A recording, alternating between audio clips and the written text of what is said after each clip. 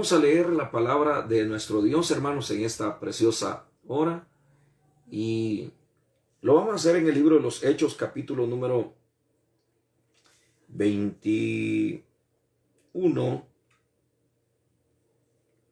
En el 22 vamos a leer del versículo número 6 en adelante. Hechos, capítulo 22. Y vamos a leer allí en el versículo número 6. El tema usted lo tiene ahí, lo ha podido ver. Es un tema muy interesante, muy lindo que queremos compartir esta noche. Y pues esperamos que sea de mucha bendición para cada una de las vidas, que lo vamos a disfrutar. Digo disfrutar porque la palabra del Señor, pues uno debe de aprender a disfrutarla. No hay nada más glorioso que disfrutar la palabra de nuestro Señor. A veces usamos lenguaje de ese tipo porque, bueno, la Biblia dice que, hermanos, el maná del cielo, que es la palabra de Dios, es la que nos alimenta, es la que nos sustenta, es la que nos bendice. Y por lo tanto nosotros pues debemos disfrutar la palabra del Señor.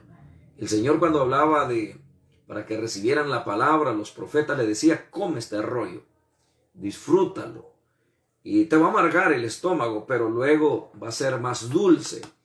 Entonces eso, hermanos, es glorioso, porque aunque la palabra lo confronta a uno, la palabra de Dios, que es espada de dos filos, tiene esa característica que lo hiere, pero también lo sana. Así que usted que tiene la oportunidad de escuchar la palabra del Señor, pues sepa de que es una gran bendición, es un alto privilegio el que Dios nos concede de poder meditar en su bendita palabra. Vamos hermanos, a orar para pedirle a Él que Él nos hable. Hechos capítulo 22, versículo número 6.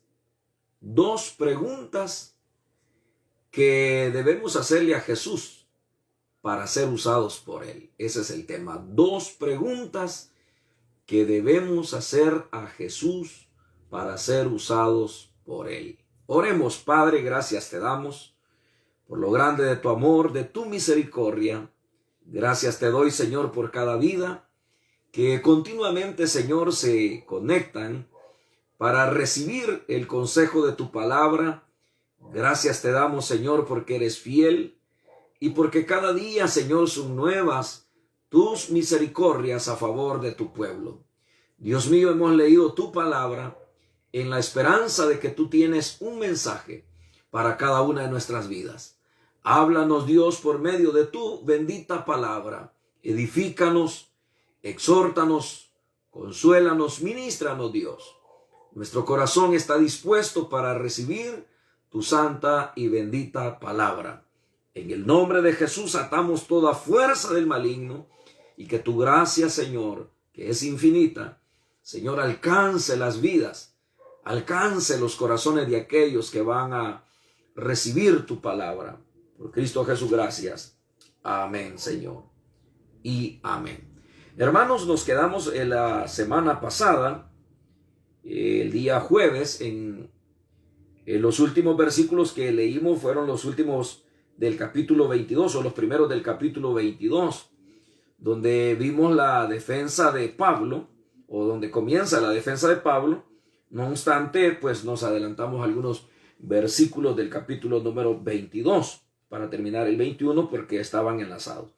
Ahora vamos a comenzar, hermanos, del 6. Dice la Biblia: pero aconteció que yendo yo, aquí Pablo está dando su testimonio, al llegar cerca de Damasco, como a mediodía, de repente me rodeó mucha luz del cielo, y caí al suelo, y oí una voz que me decía: Saulo, Saulo, ¿por qué me persigues?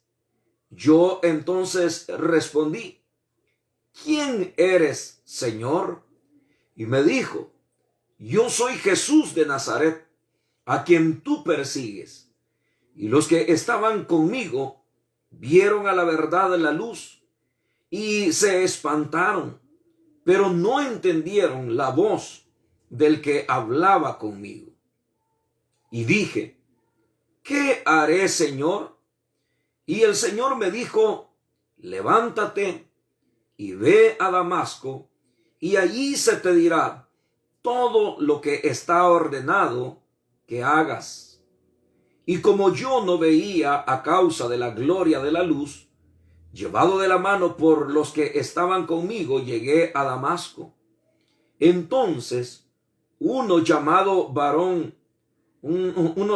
Ananías, varón piadoso, según la ley, que tenía buen testimonio de todos los judíos que allí moraban, vino a mí y acercándose me dijo, hermano Saulo, recibe la vista.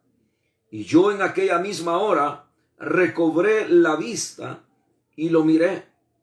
Y él dijo, el Dios de nuestros padres te ha escogido para que conozcas su voluntad y veas al justo y oigas la voz de su boca, porque serás testigo suyo a todos los hombres de lo que has visto y oído. Ahora pues, ¿por qué te detienes? Levántate y bautízate y lava tus pecados invocando su nombre. Amén. Hermanos, dije que este tema era muy interesante porque la mayoría de los cristianos no reparamos muchas veces en lo que implica ser cristiano, un seguidor de Cristo. Y prácticamente la mayoría nos quedamos en la entrada de la gracia del Señor. No obstante, habiendo una dimensión gloriosa, una vida diferente, una vida extraordinaria por el Espíritu de Dios, a la cual Dios quiere llevar a todo aquel que ha creído en Él. Pablo, hermanos, fue un hombre que dentro de los lineamientos religiosos, él lo dice en otras porciones, en otras cartas, donde él expresa su celo que él tenía por aquello que creía que era la verdad. Y aquello en lo cual él creía que era la verdad, él había estado dispuesto a dar su vida por ello, había luchado.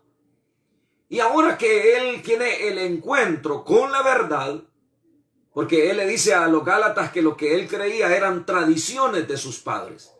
No había conocido la verdad, sino que seguía tradiciones de sus padres. Pero ahora dice, cuando llegó el cumplimiento del tiempo, Dios reveló a Jesús a mi vida, dice Pablo a los Gálatas, para que yo le predicara entre los gentiles. Entonces, él entendió, hermanos, que Dios lo había trasladado de las tinieblas a la luz admirable. Y ahora él tenía la oportunidad de poder desarrollarse como un verdadero discípulo, como un verdadero hijo de Dios. Y Dios en su fidelidad, en su misericordia, pues hizo sobreabundar su gracia sobre él, de tal manera de que en la Biblia encontramos a este hombre sobresaliendo, hermanos, en una dimensión muy gloriosa. Ahora, uno se hace la pregunta, ¿por qué fue que él arribó a un nivel diferente de revelación de parte de Dios? ¿Será que Dios tiene exclusivos? ¿Será que Dios tiene favoritismo hacia algunas personas? Yo más creo que no. Lo que sucede es que ha habido negligencia de parte de aquellos que hemos sido creyentes, que hemos sido cristianos, en el sentido de cómo nosotros hemos abrazado la vida espiritual. La mayoría llega a las iglesias y pierde su tiempo, hermano. Y voy a decir que un buen porcentaje, la mayoría, el mayor porcentaje de la gente que llega a las iglesias pierde su tiempo. Digo eso, hermano, porque hay mucha gente despistada. Gente que va a la iglesia hasta sin Biblia. Gente que lleva con su celular y están ahí chateando. Gente, hermano, que no tiene conciencia ni tan siquiera de a qué va a la iglesia. Y eso lo que refleja es que esta persona, lo más probable, es que no haya tenido una genuina conversión. Y por eso es que a veces cuando se apela a las emociones y se apela a la realidad de una verdadera conversión, hay mucha gente que pasa al frente y uno dice, pero uno creía que era cristiano. Pero cuando uno les pregunta que si se estaba reconciliando o aceptando al Señor, ellos dicen, miren, la verdad es que cuando yo acepté, estaba muy chico, muy pequeño, no sabía ni lo que estaba haciendo. Otros dicen, mi madre me traía a la escuela bíblica, después me traía al culto de jóvenes, después me dejó en el de adultos. Y pues ahí fui creciendo, creyendo que era cristiano, pero la realidad es que no había tenido una verdadera conversión. Y entonces cuando ellos escuchan aquella confrontación de la palabra que llega a lo más profundo de sus corazones, es entonces cuando ellos abren su corazón y se produce un cambio, la transformación, el nuevo nacimiento. Pero es hasta entonces. Entonces, así como le he mencionado ese ejemplo, hay miles de personas en todo el mundo que ni tan siquiera saben qué significa ser cristiano. Ni tan siquiera saben lo básico, lo fundamental de la vida cristiana. No conocen la Biblia, no la han leído toda ninguna vez. Solamente han pasado ahí de vez en cuando leyendo algunos versículos, algunos capítulos. Pero no tienen la satisfacción de decir, he leído la Biblia y Dios me ha hablado y ahora conozco más de Él, ahora lo amo más a Él, ahora le estoy sirviendo con todo mi corazón. La mayoría de la gente no experimenta eso. Y es por eso que como la gente no tiene ese motor que los mueve, entonces ellos se quedan a medio camino, no avanzan en la vida cristiana y entonces se debilitan y son presa fácil del enemigo. Un verdadero cristiano, como lo hemos venido viendo, es una persona, hermano, que recibe el impacto de Dios. Y cuando recibe el impacto de Dios, su vida, sus emociones, sus sueños, sus metas cambian. Empieza una nueva proyección en la vida de ellos, pero es una proyección que se enfoca en hacer algo para Dios, en hacer algo en esta vida, hermano, para la gloria de Dios. Ya no tienen aquella mentalidad de estar, hermano, por estar en una iglesia, sino que ahora ellos quieren ir más allá del común denominador de toda la gente que está dentro de las congregaciones. Cuando uno mira a Pablo en todo su ministerio y uno lee su conversión, entonces uno entiende por qué es que él logró arribar a marcar una diferencia abismal de los otros siervos de Dios, de lo cual él nunca se vanaglorió. Y cuando él habló de eso, dijo, ha sido la gracia de Dios que ha sobreabundado en mí. No he sido yo, sino que ha sido la gracia de Dios en mí. Es decir, él lo entendió, no para vanagloria de él, sino para glorificar al Señor. Porque desde el momento que él reconoce que es la gracia del Señor, entonces él está diciendo, yo recibí un don no merecido, un regalo de Dios. Y por ese regalo es que soy lo que soy. Y he llegado a ser lo que en el momento él era. Ahora cuando él va a presentar su defensa ante las autoridades romanas y judías, él le dice en estos versículos que leímos, dice la escritura que él les expresa cómo fue su conversión. Versículo número 6. Pero aconteció que yendo yo, dice, al llegar cerca de Damasco, como a mediodía, de repente me rodeó mucha luz del cielo. En este capítulo, Pablo da detalles muy magníficos de su conversión, que en el capítulo 9 no encontramos. Él dice que fue, hermanos, en pleno día. Dice que a mediodía. Cuando hablamos de mediodía, estamos hablando de las 12 del mediodía, cuando el sol está en plena fuerza. Él va en un lugar desértico, en un camino, y entonces cuando él va ahí, de repente lo rodea una luz del cielo. Pero él hace énfasis que es a mediodía, para dejar bien claro que la luz que a él lo rodeó y lo iluminó no era una luz cualquiera. Era una gloria que sobrepasaba la luz del sol. Y es que la gloria de Dios sobrepasa, hermano, cualquier luz que pueda brillar en este mundo. El Señor con su gloria la sobrepasa. Por eso es que a nosotros no nos debe vislumbrar ningún aspecto humano, ni la gloria de los hombres, que es por la que muchos llegan hasta matar y hasta codiciar y hacer atrocidades, sino que, hermano, no hay cosa más gloriosa que poder ser alcanzado por la luz del Señor. Por eso es que la Biblia dice que Él nos trasladó de las tinieblas a la luz, a su luz admirable, de la potestad de Satanás al señorío de Cristo. Entonces, esa luz es gloriosa, resplandeció más que la luz del cielo, de tal manera que él queda ciego y dice que cayó al suelo, fue humillado, fue derribado, porque nadie, hermano, puede experimentar una exaltación gloriosa si primero no es humillado, si primero no se humilla delante de Dios. Hay que, hermano, derribar el orgullo. Hay que derribar, hermano, todo aquello que uno cree que tiene derechos para que la gloria de Dios se manifieste y exalte la vida. ¿Cuántos hombres, hermano, han sido humillados porque ellos se exaltaron, porque los hombres los exaltaron, pero no esperaron a que fuera Dios el que los humillara, o sea, humillarse ante Dios para ser exaltados por Él? Cayó al suelo y oyó la voz. Una voz, él no sabía que era la voz del Señor. Una voz que decía: Saulo, Saulo, ¿por qué me persigues? Ya lo he señalado en otras ocasiones y se lo voy a repetir. Cuando Dios le habló a una persona 2 veces por su nombre, es porque la persona estaba empecinada a hacer lo que iba a hacer. En este caso, Pablo no hubiera sido frenado ni detenido, al menos que el Señor lo frenara. Abraham, cuando iba a sacrificar a su hijo, Dios le habló y le dijo: Abraham, Abraham, no le hagas daño al muchacho, porque ya veo que me temes, pues no me rehusaste a tu único hijo. Estaba decidido a hacerlo. No estaba bromeando cuando iba con el cuchillo. Era un hombre que estaba decidido a mostrarle a Dios cuánto era su respeto y su temor hacia Él.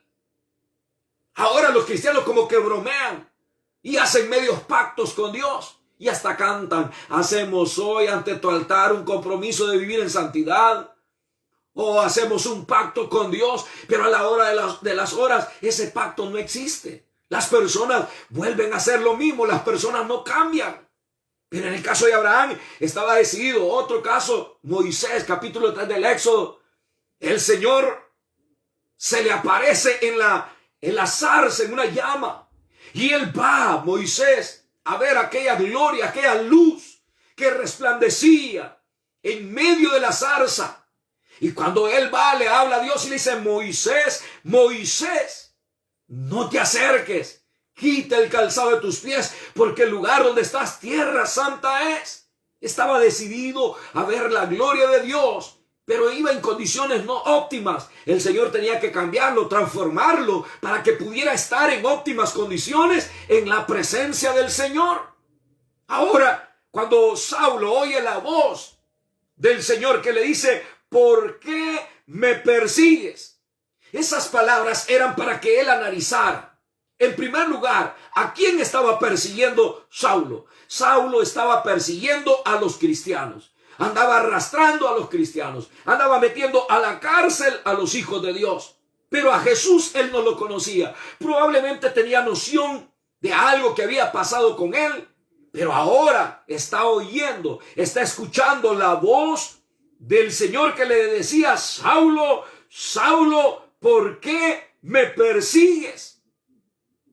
Como él perseguía a los cristianos, como él no conocía la voz del Señor, porque la voz del Señor empieza a reconocerse después de la conversión. Dios quiera que Dios te hable a ti, puedas oír la voz audible de Dios, puedas oír la voz de Dios a tu corazón, puedas oír la voz de Dios a través de la palabra.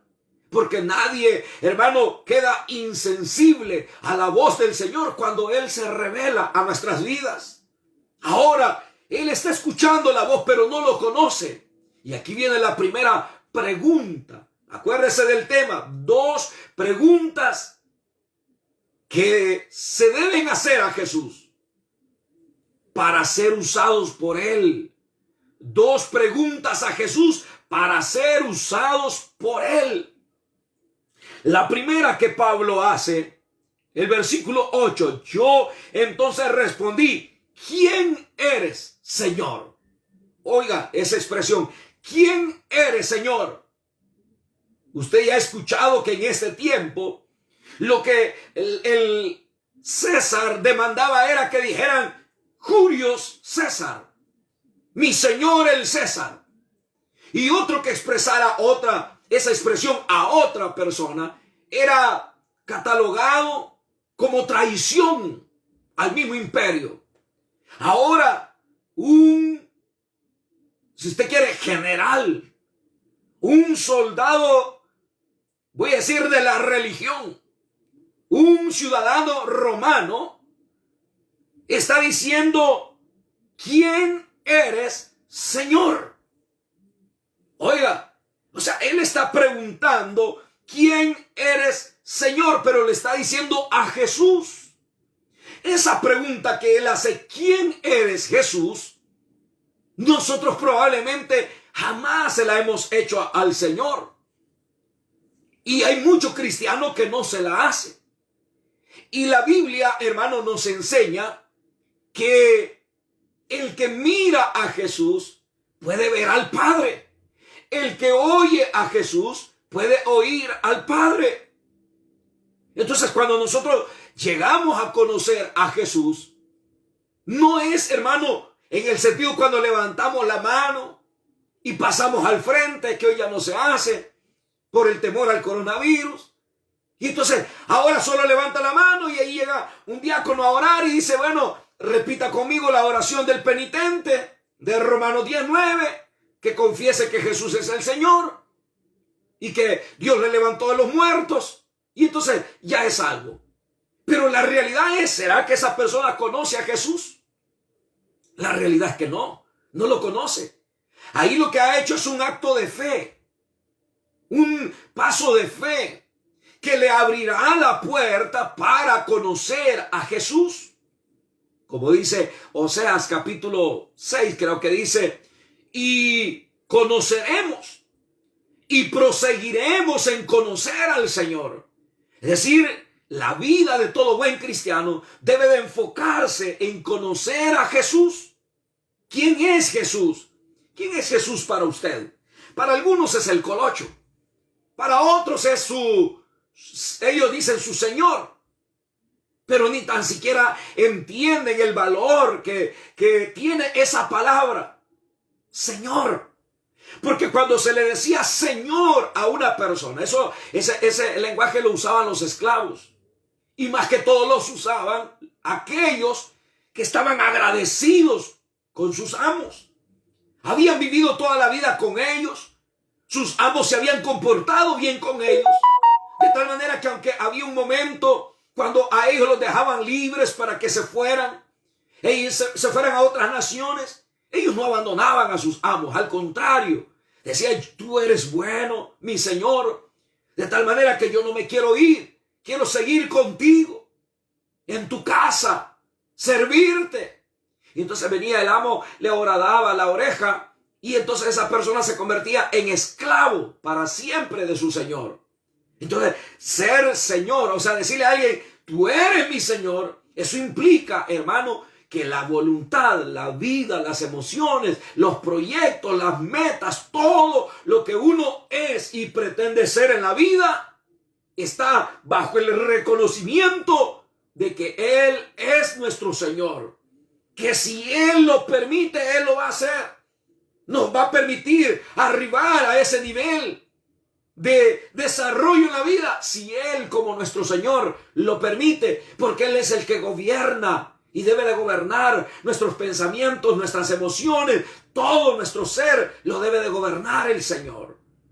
Y entonces decirle Señor a Él es decirle mi Dios, mi amo, mi dueño, el dueño de mis pensamientos, de mi voluntad, de mis proyectos.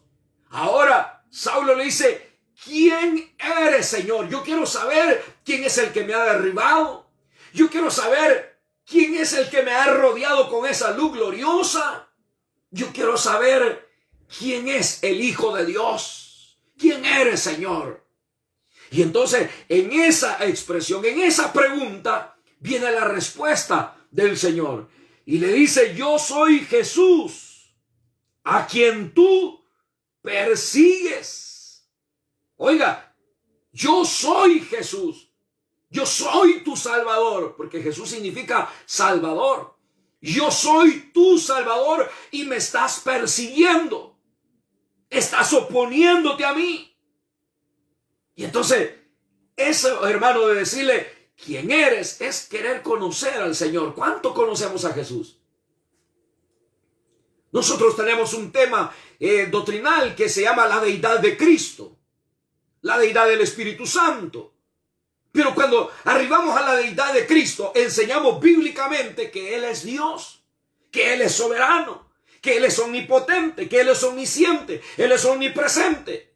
Él perdona pecados, Él sana enfermedades, Él tiene dominio sobre todo. Pero en la vida práctica, ¿quién es Jesús para nosotros? ¿Quién es Jesús en este momento para nosotros? ¿Qué tanto gobierna Jesús nuestra vida, nuestras emociones, nuestros pensamientos? ¿Qué tanto gobierno tiene Jesús sobre nosotros si le decimos Señor a Él? Oiga, qué tremendo. Por eso es que muchos un día, dice el Señor, le van a decir, pero Señor, en tu nombre. Señor, en tu nombre hicimos esto. En tu nombre predicamos. En tu nombre enseñamos. En tu nombre hicimos milagros. Y dice la Escritura, el Señor, no todo el que me dice Señor, Señor, entrará en el reino de los cielos.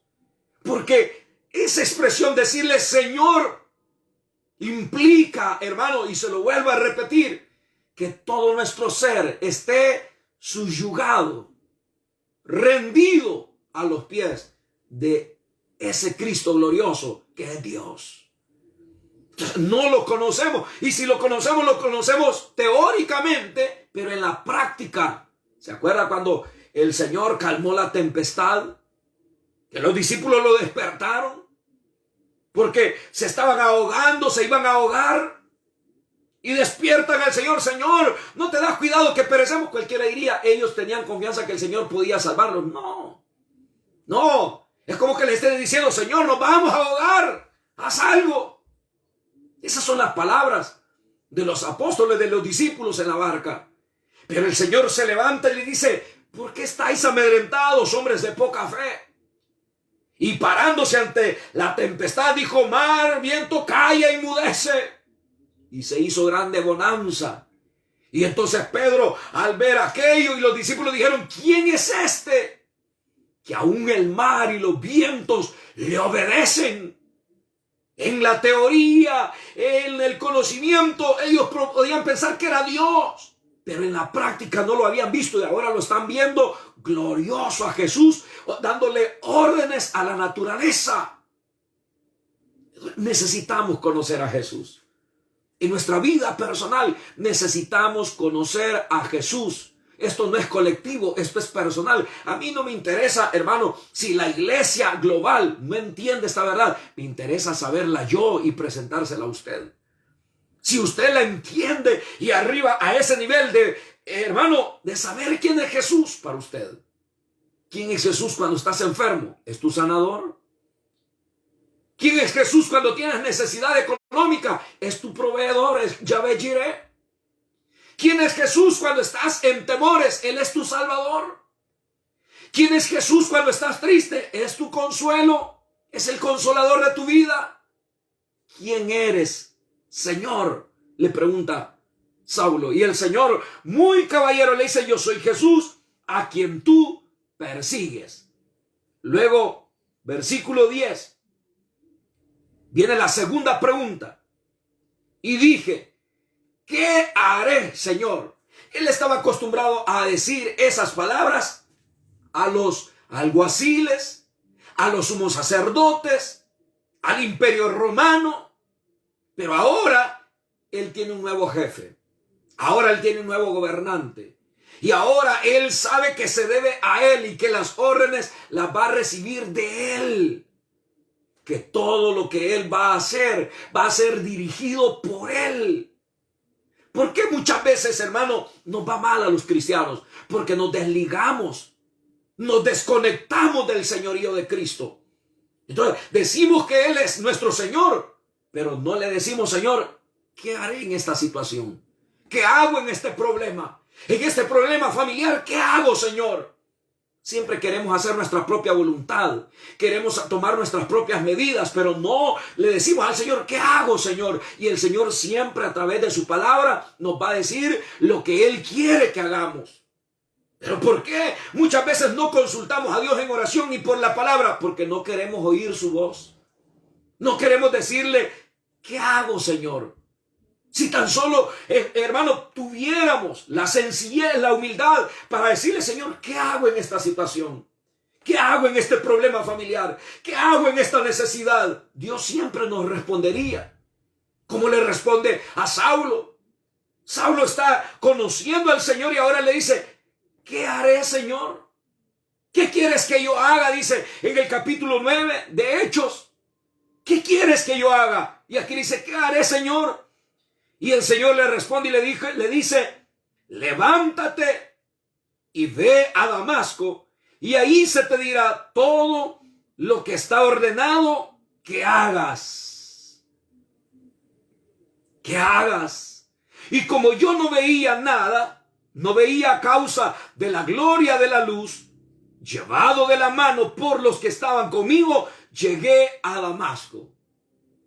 Mire esto, hermano, qué tremendo es. La luz lo había dejado ciego para este mundo. Ahora él tenía que esperar que una vez más la luz gloriosa del Señor se manifestara en su vida. Él está en tinieblas para este mundo, pero está en conexión con el Señor.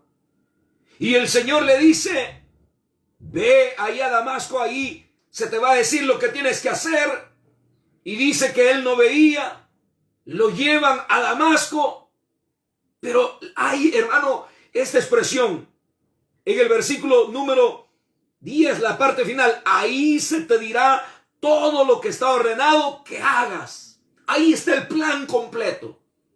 Hermano, nosotros nos matamos diciendo: hermano, usted es un discípulo del Señor y el Señor lo quiere usar a usted, y el Señor quiere que usted predique la palabra, y el Señor quiere que usted sea santo, y el Señor quiere que usted sea una persona que apartada del mundo y santificada para Dios. Y la gente dice: sí, tal vez lo logro, ahí voy a luchar. Pero aquí no es de que tal vez. Aquí es, hermano, como le dice a Saulo: ve y ahí se te va a decir lo que tienes que hacer. No vas a andar argumentando, ahí se te va a decir. Y oiga esto, hermano, esto es tremendo. A veces estamos esperando que algo sobrenatural suceda. Y que si Dios me hablara al oído, si yo pudiera oír bien la voz de Dios. Y Dios te ha estado hablando ya hace tiempo y no la has escuchado. Porque a veces queremos que Dios nos hable a nuestra manera, como nosotros creemos que podemos creer. Si no nos habla de la manera por la cual nosotros podemos creer, no creemos. Pero Dios tiene su manera de hablar. Y ahora todo el plan de Dios que le tiene preparado, Dios se lo va a manifestar a través de hombres. Ya no lo va a hacer Él. A mí me llama la atención porque el Señor no se lo dijo ahí: Pablo, yo quiero que vayas a toda Asia, a Roma, a Europa, a Italia, y quiero que vayas y prediques, y te voy a guardar en todo el proceso, en todo el camino, y vas a ser apedreado, y vas a ser encarcelado, pero un día te van a decapitar, y entonces yo te voy a coronar, y vas a estar en mi presencia. Podía, hermano, decírselo el Señor, pero ¿por qué no se lo dijo? Porque el Señor tiene la manera de cómo Él nos habla, de cómo Él nos instruye, cómo nos muestra lo que Él quiere que nosotros hagamos. Y dice acá, en el versículo número 12. Entonces uno llamado Ananías, varón piadoso según la ley, que tenía buen testimonio de todos los judíos que ahí moraban, vino a mí y acercándose me dijo: hermano Saulo, recibe la vista. Y yo en aquella misma hora recobré la vista y lo miré. Y él dijo: el Dios de nuestros padres te ha escogido. Oiga, ya habla del plan de elección del Señor. Pablo más adelante va a hablar de la predestinación y de la elección incondicional del Señor. Pero ahora él está entendiendo, mira, en primer lugar, que la iglesia es el cuerpo de Cristo, que el que persigue a la iglesia de Cristo persigue al mismo Cristo. Eso se lo dice el Señor cuando le dice: ¿por qué me persigues? Y ahora va a entender otra verdad, que hermano, el venir al Señor, el recibir la revelación del Señor, no es que ahí en ese momento sucedió, ya había un plan soberano de elección. Dios nos había escogido. Por eso dice acá, y le dijo: el Dios de nuestros padres te ha escogido para que conozcas su voluntad y veas al justo y oigas la voz de su boca. Todos los que iban con él oyeron la voz, pero no entendieron nada. Todos vieron la luz, pero nadie más se convirtió, sino solamente Saulo, solamente él. Y ahora le está diciendo Ananías que Dios lo había escogido para que conociera su voluntad. Es decir, la vida de él había de ser guiada por la voluntad del Señor, y él vería al justo y oiga la voz de su boca. Oiga, qué glorioso. Qué glorioso es el saber que Dios, hermano, no es alguien que se quedó como una ilusión en nuestra vida. Ah, qué lindo, hace 20 años el Señor se reveló a mí. Ah, qué lindo, hace 30 años el Señor me habló. Pero ¿y ahora qué? Hace 20 años hablé lenguas y ahora ya nada. Hace 20 años leí la Biblia y hoy ya nada. No, le dice: mira, esto comienza. El Dios de nuestros padres te ha escogido para que conozcas su voluntad y veas al justo y oigas la voz de su boca, porque serás testigo suyo a todos los hombres de las cosas que has visto y oído. Ahora pues, ¿por qué te detienes? Levántate y bautízate. Mire qué tremendo es esto. Le dice: estás en un proceso en el cual tienes que acelerar las cosas. Tienes que dar los pasos necesarios, porque Dios quiere que oigas su voz. Dios quiere que predique su palabra. Dios quiere que seas testigo ante los hombres de las maravillas, de la gloria del Señor. ¿Qué fue lo que transformó a este hombre? Las dos preguntas que él hace: ¿quién eres? ¿Y qué quieres que yo haga? Oh, si tan solo le dijéramos: Señor, ¿qué quieres que yo haga? ¿Qué quieres? ¿A dónde está tu voluntad? ¿Cuál es tu propósito para mí? Mira, hermano, los jóvenes de este tiempo, si le hablaran al Señor y le oraran y le dijeran: Señor, ¿qué quieres? Se levantaría una generación gloriosa, poderosa. Porque el Señor, hermano, les diría a ellos lo que Dios quiere hacer. Pero la mayoría no oye la voz del Señor. No están dispuestos a abrir su corazón ni su oído a la voz del Señor. Y el Señor quiere seguir hablando. El Señor quiere seguir mostrándonos su voluntad. Pero muchas veces los cristianos no hemos aprendido ni tan siquiera a hacerle esas preguntas al Señor. De decirle: Señor, aquí está mi vida. Ahora te pertenece, Señor. Ahora yo soy un hijo tuyo. Ahora, Señor, permíteme hacer tu voluntad. Permíteme, Señor, ser el instrumento que tú quieres usar en este año 2020, 2021. Úsame, Dios. Aquí está mi vida. Eso, hermano, es lo glorioso. Eso debe ser lo importante para nuestras vidas. Eso debe ser lo más interesante para nuestras vidas, el saber que Dios tiene un propósito. Saulo no lo sabía, ahora lo está recibiendo y él le va a dar seguimiento a todo ese proceso. En toda su trayectoria, en todo su ministerio, él va a comprobar que realmente Dios tiene propósitos para la vida de él. Eso, hermano, es importante, pero hay que disponer nuestra vida para el Señor. Hay que decirle: aquí estoy, Señor. Aquí estoy. Yo no quiero que los años vayan pasando y me estoy haciendo más viejo y con dolores, con achaques. Ya no puedo ni predicar ni enseñar. Yo quiero, Señor, que me uses. Aquí está mi vida. Tómala. ¿Qué quieres que haga? Dame las coordenadas, dame los lineamientos. ¿Qué quieres? Lo básico, lo que le dice a Ananías. ¿Por qué te detienes? Levántate, bautízate, da los primeros pasos. Y entonces ahí va a comenzar, ahí comienza un desarrollo, recibe el Espíritu Santo, empieza a hablar en lenguas y Dios lo empieza a usar de una manera gloriosa.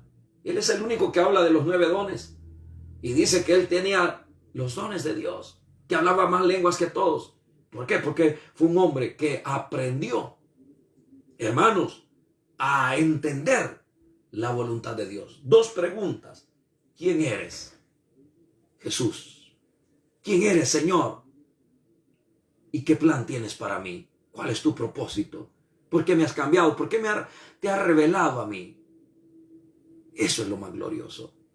Oremos al Señor en esta noche, hermano. Dios quiera que entendamos lo que Dios, hermano, quiere hacer por nuestras vidas. Que valoricemos, hermano, lo que Dios en su misericordia quiere hacer. Únase conmigo y oremos a nuestro Padre Celestial. Tenemos unos minutos para orar al Señor. Padre, te damos gracias por lo grande de tu amor, lo grande de tu misericordia. Gracias, Señor, porque a lo largo de los años tú vas mostrando, Señor amado, lo que tú quieres hacer con nosotros. Dios mío, te suplico en el nombre de Jesús por todas aquellas vidas que van sin rumbo y sin dirección, que no tienen proyectos en sus vidas. Dios mío, abre su entendimiento, abre su corazón, que sean como Caleb, que aunque los años vayan pasando, su fuerza, su vigor, su visión, su dinamismo no se pierda, que puedan tener esas ansias de ser usados por ti. Dios mío, en el nombre poderoso de Cristo, pongo en tus manos, Señor, la juventud de ese tiempo. Pongo en tus manos, Señor, esta generación que se está perdiendo. Señor, rescata a los jóvenes. Señor, aviva la juventud. Levántalos para la gloria de tu nombre. Que tengan propósitos gloriosos en sus vidas. Propósitos de servirte. Propósitos de amarte. Propósitos, Señor, de ser bendición para esta nación y para el mundo entero. Dios mío, obra, Padre eterno, obra, soberano Dios. Para ti no hay nada imposible. Espíritu Santo, llénalos. Espíritu Santo, ministralos. Espíritu Santo, úngelos. Dales dones, dale esos regalos especiales a la juventud de este tiempo. Anímala, llénala, Dios mío. En el nombre de Jesús, revélate a ellos, revela tu voluntad, revela tus propósitos a sus vidas.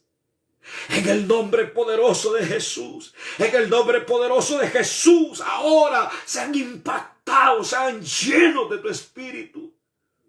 Oh, Dios mío, no permitas que Satanás, Dios mío, le robe su juventud, le robe su fuerza. Dios mío, en el nombre de Jesús, levántalos, redargúyelos, llámalos a la oración, al ayuno, a la lectura de tu palabra, a la capacitación teológica, a la búsqueda de ti. Dios mío, en el nombre de Jesús, en el nombre de Jesús, en el nombre de Cristo, levanta, Señor, una poderosa generación con convicciones, con fuerza, con el vigor de tu Espíritu Santo. En el nombre de Cristo, en el nombre de Jesús, glorifica tu nombre, Señor. Padre, esta noche te pido por Rosa María. Sana a mi hermana, sana su corazón. Haz un milagro en tu hija, Señor. Por sus llagas fuisteis curada, hermana. Recibe en el nombre de Jesús. Te pedimos por Germán García, Señor. Provee ese empleo, Padre. Abre puertas, Señor, para que pueda hallar un empleo digno, Señor amado. Glorifica tu nombre, Señor. Bendice, Señor, a tu hijo con ese trabajo, con ese empleo. Nuestra hermana Silvia Ardón, Señor, sana su hombro, Dios mío. Quita toda enfermedad, quita toda dolencia en el nombre de Jesús. Por sus llagas fuisteis curada, hermana, en el nombre de Jesús de Nazaret. Glorifícate, glorifícate, Señor. Haz un milagro glorioso en cada uno de tus hijos y de tus hijas. Te pido por Ana Aguilera, por sanidad, sana a tu hija. Señor, extiende tu poderosa mano sobre ella, en el nombre de Jesús de Nazaret. Glorifica tu nombre, Señor. Te pido por mi hermana, Señor amado, Nazaret. Señor, fortalécela. Anímala, Dios mío, llénale de tu espíritu. Dale fuerza como la del búfalo. Obra, Señor, en su vida. En el nombre de Jesús. Te pido por Patricia Ardón Ibáñez, Señor, que está enferma. Sánale, Dios mío. También sana a Marisol Mejía. Señor, convierte a Kevin Jesús, Señor, a William Jonathan. Obra un milagro, Señor amado. Salve estas vidas. Señor, conviértelas. Señor amado, rompe las cadenas que los tienen atados al pecado. En el nombre de Jesús de Nazaret, obra poderosamente. Obra en el nombre de Jesús. Nuestra hermana Lilian Jovel, Señor, sana su garganta. Obra un milagro, Señor. Obra un milagro en tu hija, Dios amado. En el nombre poderoso, reciba ahora el toque de la mano del Señor. Reciba en el nombre de Jesús de Nazaret. Glorifícate en mi hermana Elizabeth Carrillo. Provee ese trabajo, dale salud en el nombre de Jesús de Nazaret. Glorifica tu santo nombre, Señor. Te pedimos por mi hermana Sandra Rivas López. Provee ese trabajo, Señor. Abre fuentes de empleo. En el nombre de Jesús, tú eres la fuente de toda bendición. Obra poderosamente en el nombre de Jesús. Mi hermana Alma Silva, sánala, Dios mío. En el nombre de Jesús, obra un milagro en ella. Mi hermano William Silva, sánalo, Dios mío. En el nombre de Jesús, por sus llagas fuisteis curados. Recibe en el nombre de Jesús.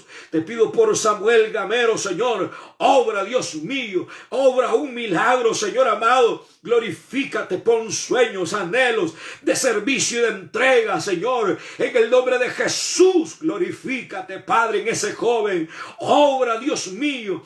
Úsalo para la gloria de tu nombre. En el nombre de Jesús, bendice a sus padres. Señor amado, glorifícate. Llega, Señor, hasta Wichita. Bendice mis hermanos, Señor. Bendice su ministerio, Dios mío, para la gloria de tu santo nombre. Glorifícate, Padre. Haz un milagro glorioso, Dios mío. Que este siervo te sirva, Dios amado, para la gloria de tu nombre, Señor. Te pedimos por Ruth Santos, Señor, para que salga bien de la cirugía. Obra, Señor, un milagro. Obra tú, Señor. Glorifica tu nombre, Señor amado. Obra ese milagro glorioso. Nuestra hermana Anita García te pide por sanidad.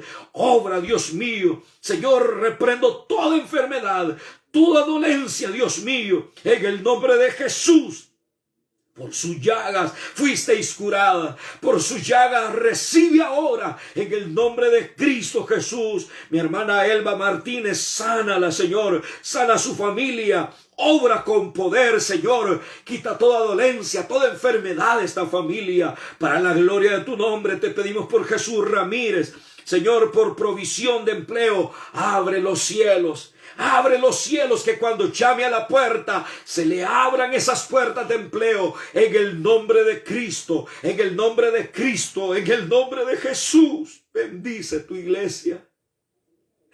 Bendice tu pueblo con salud, con protección, con provisión. Bendice tu iglesia. Bendíceles grandemente, Señor. En el nombre poderoso de Cristo Jesús te damos gracias. Muchas gracias. Agradécele al Señor. Él escucha nuestra oración. Reciba ahora en el nombre de Jesús. Pongo en tus manos nuestra nación.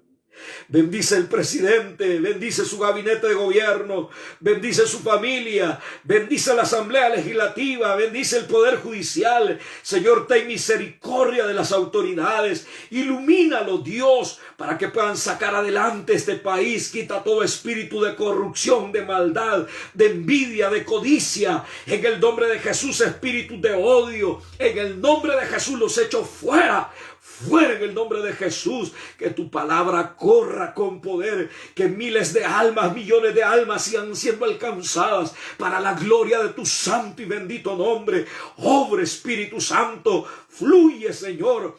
Fluye a través de tus siervos. Bendice cada líder, cada anfitrión, cada supervisor que ya está trabajando. Bendícelos. Bendice cada célula que se ha reactivado. Bendíceles. Úsale grandemente, Señor. Bendice cada ministro, cada obrero. Bendice las diferentes filiales acá en El Salvador y fuera en otros países. Glorifícate, Padre. Te pedimos misericordia para Honduras. Te pedimos misericordia para Guatemala. Señor, que han sido afectadas por las tormentas y huracanes. Señor, ten misericordia. Abre los cielos. Derrama bendición abundante. Señor, usa, Señor, a quien has de usar para bendecir económicamente y materialmente a las familias afectadas. Abre los cielos. Derrama tu bendición, Señor amado. Bendice Centroamérica, Nicaragua. Bendice Belice, Panamá. Señor, Suramérica. Bendice México. Bendice los Estados Unidos, el Canadá. Bendice las naciones europeas, las naciones asiáticas. Dios mío, obra con poder, obra soberano Dios. Para ti no hay nada imposible, Dios amado. Bendice las economías de tus hijos, Señor. Bendice las empresas, los negocios. Abre los cielos y derrama tu bendición, Señor, abundante. En el nombre de Cristo, envía tu avivamiento, Señor, en este tiempo final. Sabemos que tú estás a las puertas. Oh Dios mío, aviva tu obra en este tiempo final. Aviva tu obra, Señor, con poder. Aviva tu obra, Señor. Lo pedimos en el nombre de Jesús. Y te damos gracias, Dios mío. Gracias por tu amor. Gracias por tu fidelidad. Gracias por tu misericordia. Te adoramos, amado Dios. Gracias, Señor. Gracias por cada vida, Señor, que estuvo conectado, Señor, para orar y escuchar tu palabra. Gracias. En el nombre de Jesús. Amén, Señor. Y amén. Gloria a Dios. Hermanos, Dios me los bendiga. Bendiga sus hogares, sus familias. Les bendiga ricamente, hermanos. No dejemos de orar a nuestro Padre Celestial. Él tiene propósitos para nuestras vidas. Pasen feliz noche, hermanos. Dios me los bendiga y compartamos la palabra de nuestro Dios cada día. Gloria a Dios.